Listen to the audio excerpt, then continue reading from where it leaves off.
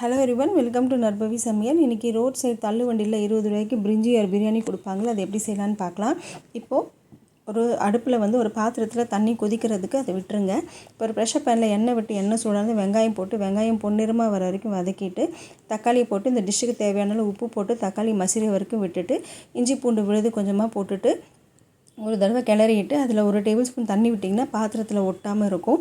அதுக்கப்புறமா பொடியாக கட் பண்ண புதினா கொத்தமல்லியை போட்டுட்டு ஒரு பச்சை மிளகாய் காஷ்மீரி மிளகாய் தூள் போட்டுட்டு நல்லா கிளறிட்டு ஒரு கப்பு அரிசிக்கு 1.5 கப்பு தண்ணி போட்டுட்டு சோயாவை போட்டுட்டு கொதிக்கட்டும்.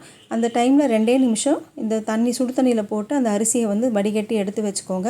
இப்போ அந்த அரிசியை இந்த குக்கரில் போட்டுட்டு நல்ல ஒரு தடவை கிளறிட்டு கொஞ்சமாக லெமன் ஜூஸ் புழிஞ்சு விட்டுக்கோங்க. இப்போ க்ளோஸ் பண்ணிவிட்டு நீங்கள் ஒரு 10 நிமிஷம் சிம்மில் வச்சுக்கோங்க. சிம்மில் வச்சுட்டு ஓப்பன் பண்ணிங்கன்னா பயங்கர உதிரியான ரோட் சைட் டேஸ்ட்டே உங்களுக்கு பிரிஞ்சி ரெடி. ட்ரை பண்ணி பார்த்துட்டு எப்படி இருக்குன்னு சொல்லுங்கள். அன்போடு சமைங்க, ஆரோக்கியமாக சாப்பிடுங்க. நன்றி.